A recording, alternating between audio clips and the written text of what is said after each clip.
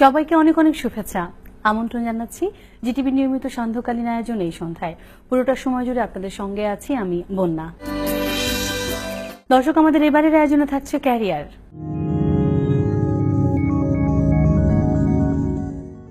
বিশ্বায়নের প্রভাবে মডেলিং এর ব্যাপ্তি সৃষ্টি করেছে সম্ভাবনার উজ্জ্বল ক্ষেত্র।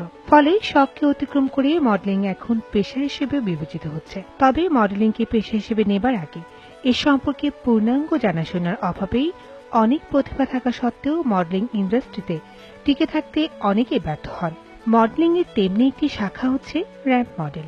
বর্তমান সময়ে তরুণ তরুণীদের রুচি এবং পছন্দকে মাথায় রেখে ফ্যাশন হাউসগুলো বিভিন্ন ধরনের পোশাক তৈরি করে থাকে, আর সেই পোশাকগুলোকে জনপ্রিয় করে তুলতে বিভিন্ন ফ্যাশন শোর আয়োজন করে থাকে ফ্যাশন হাউসগুলো। আর এই পোশাক পরে র্যাম্প মডেলরা পোশাক প্রদর্শন করে থাকেন। ক্রমে ক্রমে আমাদের দেশের র্যাম্প শোগুলো খুব জনপ্রিয়তা লাভ করছে, আর যেসব মডেল র্যাম্প শো করছেন তারাও মিডিয়ায় ভালো পরিচিতি লাভ করেছেন। ইদানিংকালে রাজধানীর কিছু কিছু প্রতিষ্ঠান র্যাম্প মডেলদের গ্রুমিং করিয়ে থাকেন। নিজের শারীরিক উচ্চতা ও ফিটনেস যদি ঠিক থাকে তবে এসব প্রতিষ্ঠানের সঙ্গে যোগাযোগ করে র্যাম্প মডেল হিসেবে নিজের অবস্থানকে পোক্ত করা সম্ভবপর হবে। প্রিয় দর্শক, এবারের আয়োজন আলাপে আমন্ত্রণ। আলাপে আমন্ত্রণে আমাদের আজকের অতিথি চিত্রশিল্পী এবং সঙ্গীত শিল্পী এমআই মিঠু। চলুন কথা বলি আমাদের আজকের আমন্ত্রিত অতিথির সঙ্গে। অনেক অনেক শুভেচ্ছা, আমন্ত্রণ। কেমন আছেন আপনি? আপনাকেও ভালো আছে। আচ্ছা মিঠু ভাই, আপনি একই দিকে সিঙ্গার, প্রচন্ড গান নিয়ে ব্যস্ত থাকেন, গান পাগল মানুষ। আরেক দিকে একইভাবে শিল্পী, এবং যেটা হচ্ছে আপনি চিত্রশিল্পী, সেই জায়গাটাতেও আপনি অনেক পাগল পাগল একজন মানুষ এবং অনেক ব্যস্ত সময় পার করছেন। তো সবকিছু মিলিয়ে একটু জানি যে এই মুহূর্তে আসলে কোন বিষয়টা নিয়ে বেশি কাজ করছেন? আমার বেসিক হচ্ছে আপনার চারুকলা। চারুকলা আমি পার্ট চুকিয়ে এর পাশাপাশি আমি ছোট থেকে যেহেতু গান বাজনার সঙ্গে ইনভলভ ছিলাম, আর এই আমার ছবি আঁকার পাশাপাশি যতটুকু সময় আমার হাতে থাকে আমি এইটুকু চেষ্টা করি আমার গানে। আসলে শিল্প মাধ্যমে প্রত্যেকটি জায়গায় আসলে এত মানে কোনোটাকে ছেড়ে না কোনোটা করা যায় না। না, এটা তো রিলেটেড। সেটাই, একজন শিল্পীর জন্য আসলে প্রত্যেকটি জায়গাতেই আমার মনে হয় একটু একটু ছুঁয়ে ছুঁয়ে আসা উচিত। এবং আপনি তো সঙ্গীত এবং আপনার চিত্রজগতে সেই জায়গাটাকেও আপনি সমান তালে কাজ করে যাচ্ছেন। আমি যতটুকু শুনেছি যে আপনার ইতিমধ্যে প্রায় 50টারও বেশি এক্সিবিশন হয়ে গেছে। এটা আমি পার্সোনালি জানতে চাই যে এটা তো মানে 50টা এক্সিবিশন, মানে অনেকগুলো ছবি, অনেকগুলো সময়, অনেকগুলো ভাবনা, অনেকগুলো নতুন নতুন থিম, এবং এই ব্যাপারগুলো আসলে কিভাবে আপনি কাজ করেন বা আপনার থিমটা আসলে কি থাকে? আমার বেসিক্যালি হচ্ছে আমার যে কনসেপ্ট, যেটা আমার টাইটেল, উই অ্যান্ড বায়োডাইভার্সিটি, জীব বৈচিত্র্য নিয়ে আমি কাজ করি। যে সারা পৃথিবী থেকে বন জঙ্গল উজাড় হয়ে যাচ্ছে, বনের প্রাণীরা অনিশ্চয়তার দিকে ধাবিত হচ্ছে। আর আমি আমার যে স্কাল্পচারগুলো, আমি মূলত পেইন্টিং এর স্টুডেন্ট ছিলাম, এর পাশাপাশি স্কাল্পচার করি। আর আমার 5 টাইম প্রায় ন্যাশনাল পর্যায়ে আপনার অ্যাওয়ার্ডও আছে, এটা শুধু স্কাল্পচারে। যদিও আমি পেইন্টিং এর স্টুডেন্ট ছিলাম, কিন্তু স্কাল্পচারে আমার স্বীকৃতিগুলো। আর এর পাশাপাশি যে স্কাল্পচারগুলো যেগুলো করি, আমার দেখেন যে আপনি আমার বিভিন্ন এক্সিবিশনে যে ভাস্কর্যগুলো আমার থাকে সেগুলো রুটসের উপরে, গাছের শেকড়ের উপরে করা কাজ আর কি। এটা নিয়ে আপনি শুধু দেশে না, দেশের বাইরেও বিভিন্ন এক্সিবিশনে আপনি অংশগ্রহণ করেছেন। আমরা একটু সেই সময়গুলো একটু যদি আবার স্মৃতিটা চারণ করি, জানি কেমন হয়েছে সেখানে। না, আমি চেষ্টা করি আমার সামর্থ্যের মধ্যেই নিজেকে উপস্থাপন করবার। আর বাইরে আমি লাস্ট আমার সলো এক্সিবিশন, আমি 9th সলো এক্সিবিশন যেটা শেষ করেছি আপনার। কোথায় ছিল সেটা? এটা মালয়েশিয়াতে। মালয়েশিয়ার আপনার 2টা আমার সলো এক্সিবিশন হয়েছে। একটা হচ্ছে আপনার মার্দেগে স্কোয়ারে, আর একটা হচ্ছে ট্রেড সেন্টার ইন্টারন্যাশনাল। 2টা এক্সিবিশন। কিসের উপরে ছিল, কোনো থিম? এটা আবার স্কাল্পচার, পেইন্টিং, আপনার দুটো মাধ্যমেই ছিল। আর এটা লাস্ট আমার সলো। 2012। সলো এক্সিবিশন এবং গ্রুপ এক্সিবিশনের মধ্যে কিছুটা পার্থক্য তো ডেফিনেটলি আছে জি। এবং যেমন আমি যতটুকু বুঝি যেহেতু এই ব্যাপারটা যে সলোটাতে তো আপনার নিজস্ব ক্রিয়েশন সবকিছুই আপনার উপর ডিপেন্ড করছে এবং জি। গ্রুপে যেটা হয় যে বিভিন্ন জনের সঙ্গে আপনার একটি ছবি, বিভিন্ন ছবির সঙ্গে আপনার একটি ছবি, সেখানে কম্পেয়ার ব্যাপারটা একটু চলে আসে। তো সেদিক থেকে একটু জানি যে আসলে এই ব্যাপারগুলো আপনাদের মধ্যে কাজ করে কিনা। প্রত্যেকটি জায়গায় কিন্তু আমি জানি কিছুটা কম্পিটিশন থাকে, সো আপনাদের এই জায়গাটায় তেমন কোনো কম্পিটিশন আছে কিনা? হ্যাঁ, অবশ্যই কম্পিটিশন আছে, কারণ আমি যখন গ্রুপ এক্সিবিশন গুলোতে অংশগ্রহণ করি তখন চেষ্টা করি যেখানে কম্পিটিশন।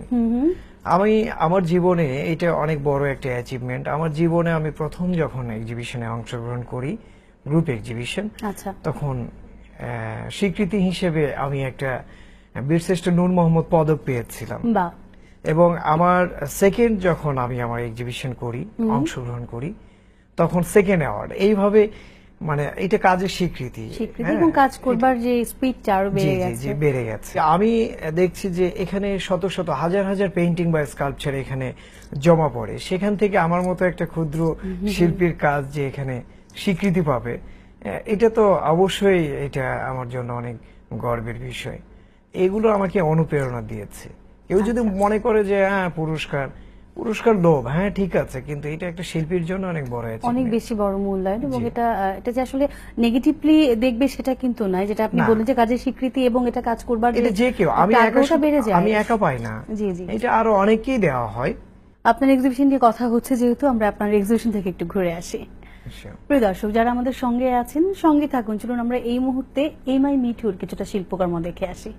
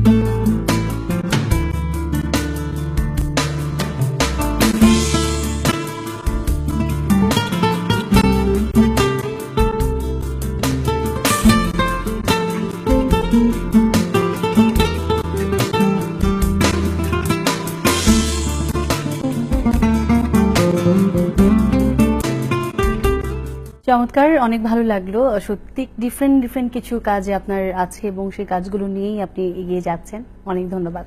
আমরা আপনার আরেকটি সেক্টরে আসতে, যেটা হচ্ছে আপনার সঙ্গীত জগৎ। আপনি গানও করছেন, জানি একটু যে কোত্থেকে গানটা শুরু করেছেন, যেহেতু আপনার লেখাপড়াটা চারুকলা থেকে ছিল, তো গানের সঙ্গে তার সম্পৃক্ততা আসলে কি ছোটবেলা থেকে গানটা আগে ছিল? হ্যাঁ, ছোটবেলা থেকেই তো আমি মানে গান আগে শুরু হয়েছিল এমন কিছু কি? না আমার শুরুটা হয়েছিল আপনার আর্ট দিয়ে।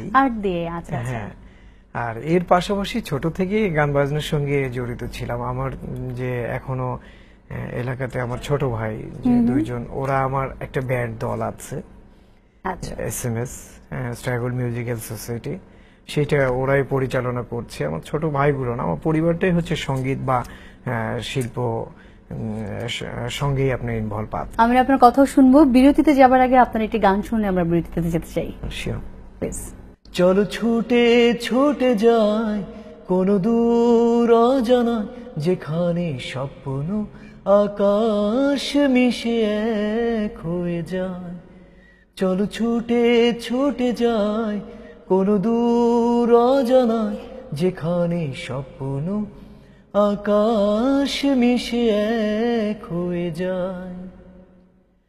যেখানে জীবন জুড়ে রঙিন সুখের আশা জাগে, যেখানে স্বপ্ন হাজার গোলাপ হয়ে ফুটে থাকে, এমন অজানায় চলো চলে যায়, এমন অজানায় চলো চলে যায়, যেখানে স্বপ্ন আকাশ মিশে এক হয়ে যায়। অনেক ধন্যবাদ। আমরা আরো গান শুনবো আপনার কাছ থেকে, আরো অনেক কথা জানবো, তবে বিরতি থেকে ফিরে এসে। প্রিয় দর্শক, যারা আমাদের সঙ্গে আছেন সঙ্গেই থাকুন, আমরা আরো গান শুনবো, আরো কথা শুনবো। খুব ছোট্ট একটি বিরতি নিয়ে আমরা এক্ষুনি ফিরছি।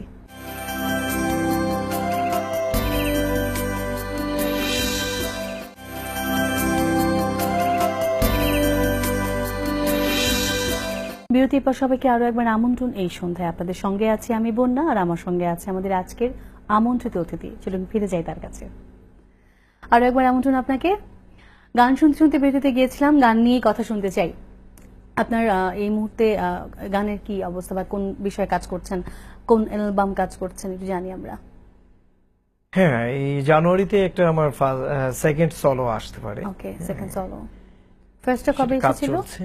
ফার্স্ট সলো আমার রিলিজ হয়েছে জি সিরিজ থেকে, এটা 2012-এ, ওকে, এই অক্টোবরে আর কি। আচ্ছা আচ্ছা। নেক্সট সলোর কাজ চলছে প্রায় শেষের দিকে, এটা হয়তো বা জানুয়ারিতেই কাজ শেষ হয়ে যেতে পারে। এখন বাকিটুকু আল্লাহ ভরসা। আমাদের আরো একটা প্রজেক্টে কাজ চলছে, সেটা হচ্ছে ফেব্রুয়ারিতে, আপকামিং ফেব্রুয়ারিতে একটা মিক্সড একটা সলোর আমরা প্রজেক্ট হাতে নিয়েছি আচ্ছা। আমাদের নিজেরই সঙ্গীত পরিচালনায়। এটা এখন বাকিটুকু আপনাদের দোয়া এবং সহযোগিতা নিয়ে আগাইতে চাই। আচ্ছা আচ্ছা, অবশ্যই আমরাও চাই যে, যেহেতু আপনি শিল্প জগতের মানুষ, শিল্প নিয়ে কাজ করছেন, অবশ্যই ভালো ভালো কাজ উপহার দেবেন, সেটা আমাদের প্রত্যাশা সবসময় থাকবে। একটু জানবো যে এই যে গানের জায়গাটায় আপনি কাজ করছেন, এবং এখন তো অনেকে গান করছে, অনেকেই এক একটা জায়গায় এক একজনের যার যার যোগ্যতা অনুযায়ী কিন্তু এক একটা জায়গায় পৌঁছে গেছে, এবং প্রপার কনসেন্ট্রেশনটা কিন্তু গানের ভিতরেই দেখা যাচ্ছে যে আসলে যে যেটা করছে সে কিন্তু সেটা নিয়ে বেশি ব্যস্ত থাকছে। কিন্তু আপনি কিন্তু অ্যাট এ টাইম দুটা জায়গায় কনসেন্ট্রেশন আপনার, এবং দুটোতেই আপনি সমান তালে সুন্দরভাবে কাজ করে যাচ্ছেন। এটা মেইনটেইনের একটা ব্যাপার আছে, এবং টার্গেট যদি বলি আমরা, যে একটি জায়গায় কিন্তু আমাদের একটা টার্গেট থাকে, প্রত্যেকেরই আমাদের একটা টার্গেট নিয়ে আমরা সামনের দিকে আগাই। সো আপনাকে যদি বলা হয় যে আপনি আপনার কোন পরিচয়টায় আপনার খুব বেশি স্বাচ্ছন্দ্য বোধ করেন, অথবা কোন পরিচয়ে পরিচিত হতে আপনার ভালো লাগে, তাহলে কি বলবেন? একজন চিত্রশিল্পী না একজন সঙ্গীত শিল্পী? অবশ্যই চিত্রশিল্পী। আচ্ছা, তাহলে গানটাকে আমরা শখের বশে ধরে নিতে পারি? শখের বশে বলতে পারেন। আচ্ছা আচ্ছা। আপনি সামাজিক কর্মকাণ্ডের সঙ্গেও কিন্তু জড়িত আছেন, এবং কিছু মানুষের জন্য আপনার কোথাও না কোথাও কিছুটা সফট কর্নার আছে। আমরা সেই ব্যাপারটা আপনার মুখ থেকে শুনি। হ্যাঁ, আমি চেষ্টা করি আমার যতটুকু হাতে সুযোগ থাকে, ক্যাপাসিটি অনুযায়ী আমি চেষ্টা করি মানুষের জন্য, মানুষের কল্যাণে কিছু কাজ করবার। আমার এলাকা জয়পুরহাটের পাঁচবিবিতে আমার একটা নিজস্ব মানে সংগঠন আছে। আচ্ছা। এটা হচ্ছে চ্যারিটি অর্গানাইজেশন, পাঁচবিবি কল্যাণ ফাউন্ডেশন, আর একটা হচ্ছে পাঁচবিবি দুস্থ কল্যাণ সংস্থা পাঁচবিবি। এটা দুইটা ব্যানারে আমরা প্রতি বছরেই কিছু কিছু মানুষকে, দুরারোগে আক্রান্ত রোগীদেরকে আমরা সাহায্য করি। আমরা ফ্রি হেলথ ক্যাম্পেইন করি, শীত বস্ত্র বিতরণ করি, নিরাপদ সড়কের উপরে আমি যেহেতু সেন্ট্রালেও কাজ করি কাঞ্চন ভাইয়ের সঙ্গে, কাঞ্চন ভাই আমার এলাকায় গেছে, আমি নিয়ে গেছি তাকে, এবং সড়ক দুর্ঘটনার নিহত পরিবারকেও সাহায্য করেছি দীর্ঘদিন। এই ভাবনাটা আসলে সবার একটু একটু করে ভাবা উচিত। আমরা সবাই আসলে এত যান্ত্রিকতার ভেতরে আমরা এত বেশি ডুব দিয়ে আছি যে নিজের জায়গাটাকে ঠিক করবার জন্যই কিন্তু সব ব্যস্ততা চলে যায়, ঠিক অন্যকে নিয়ে ভাববার সেই সময়টা একদমই থাকে না। তারপর আপনি আছেন এই জায়গাটায়, এটা শুনে অসম্ভব ভালো লেগেছে, এবং আপনার হয়ে যারা কাজ করছে, আপনার সংগঠনে যারা আছে, সবাইকে আমাদের পক্ষ থেকে অনেক অনেক সাধুবাদ, এবং আমরা চাই যে আপনারা এভাবে কাজ করে যান। পৌঁছে দিব আপনার এই বার্তা। অবশ্যই। আমরা আরো একটি গান শুনবো। এবার যে গানটি আমি করতে যাচ্ছি, এই গানের কথা রাজীব মণিদাস, আর সুর করেছেন জাদু রিসিল, মিউজিক কম্পোজিশন নিপুণ, এক ছোট ভাই। বেশ ভালো, আমার পছন্দের একটা গান, আমার আপকামিং অ্যালবামের টাইটেল সং। আমরা শুনি। মনটা যদি পেতাম আমি, দিতাম তোমায় জীবন চাবি, দুঃখের নদী থামিয়ে দিয়ে সুখ হতাম নিরবধি। মনটা যদি পেতাম আমি, দিতাম তোমায় জীবন চাবি, দুঃখের নদী থামিয়ে দিয়ে সুখ হতাম নিরবধি। তুমি আমার নীল জোছনায় জোনাক জ্বলা নীরব রাতি, স্বপ্নের সাইকেলে ছুটে চলা প্রজাপতি।